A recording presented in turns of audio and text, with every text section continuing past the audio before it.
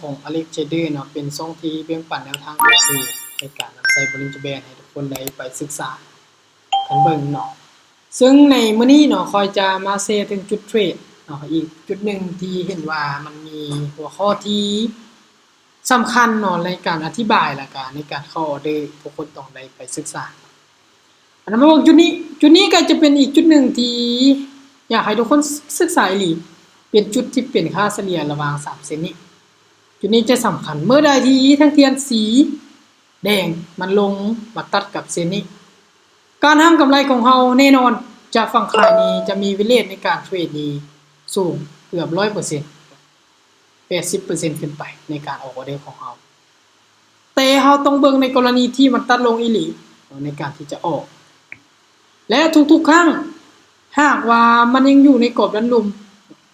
เราต้องเบิ่งเทียนรอดหากว่ายังมีการปฏิเสธลงมาบ่ไกลโซนนี้ในการทำกำไรเรามีโอกาสที่จะออกคงกันข้ามได้หรือว่าออกในส่วนกันได้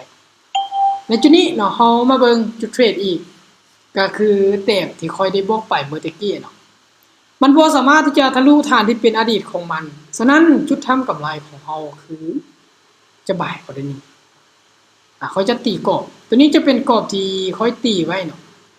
ว่าเป็นหยังเนาะมันต่ำจุดเก่าแล้วค่อยจึงเลือกไปก็คือจุดนี้จะเป็นจุดที่1เบิ่งตามลูกศรที่4ไว้ตัวนี้จุดที่2และจุดที่3ก็คือปัจจุบันที่เฮาเทรดตัวนี้จะเป็นการเข้าออเดอร์ที่อยากให้ทุกคนได้เบิ่งอย่าลืมเนาะการที่เฮาจะมีกำไรได้เฮาต้องได้เบิ่งหลายองค์ประกอบเนาะไปด้วยกันเฮาจึงจะมีโอกาสในการสร้างกำไรได้หลาย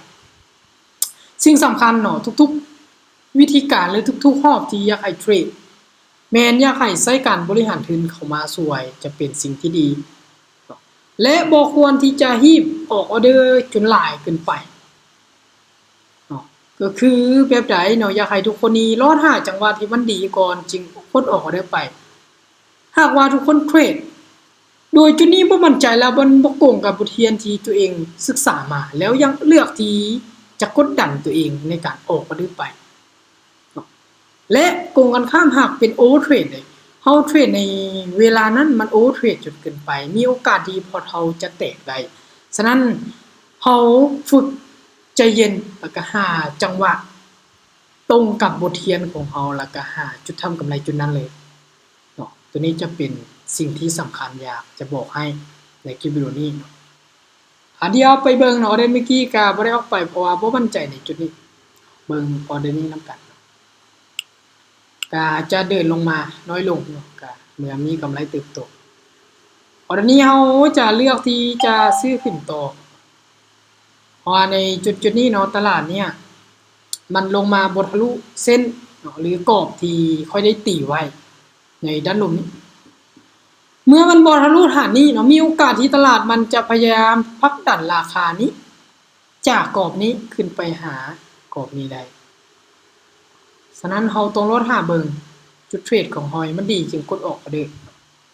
ซึ่งออเดอร์นี้ก็บ่ได้ออกไปหลายเนาะ25ดอท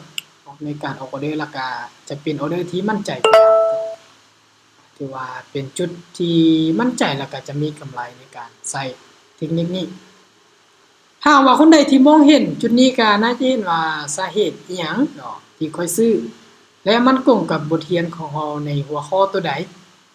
ซึ่งคนใดที่ได้ฝ่ายบทเรียนไปก็น่าจะเห็นเพราะว่าค่อยก็ได้เขียนทฤษฎีไปถึงจุดเทรดในโซนนี้ไปหลายเลยแหละออเดอร์ที่ค่อยออกไปเมื่อกี้ก็เน้นใช้ที่บทเรียนเป็นหลักเนาะก็บ่ได้ออกนอกกรอบบทเรียนไปหลายเน้นย้ำก็คือจะออกไปในด้านการที่ทุกคนต้องหาจังหวะเทรดแล้วก็บวกกับการบริหารเงินจะเป็นสิ่งที่ค่อนข้างว่าดีเนาะสำหรับหลายๆคนที่อยากหาผลกำไรจากตลาดเนาะโอเคสำหรับคลิปวิดีโอนี้เนาะก็จะมีแต่ประมาณส่ำนี้เนาะสำหรับคนใดเนาะที่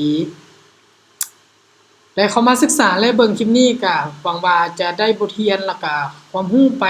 บ่น้อยก็หลายเนาะและจุดเทรดไปเดี๋ยวเราพบกันใหม่ในคลิปวิดีโอหน้าคนใดที่มีคำถามตัวใดก็สามารถคอมเมนต์ในใต้คอมเมนต์คลิปวิดีโอนี้ได้เดี๋ยวค่อยก็จะมาเฮ็ดคลิปตอบให้ว่าบ่เข้าใจจุดใดเนาะเดี๋ยวพบกันใหม่ในคลิปวิดีโอ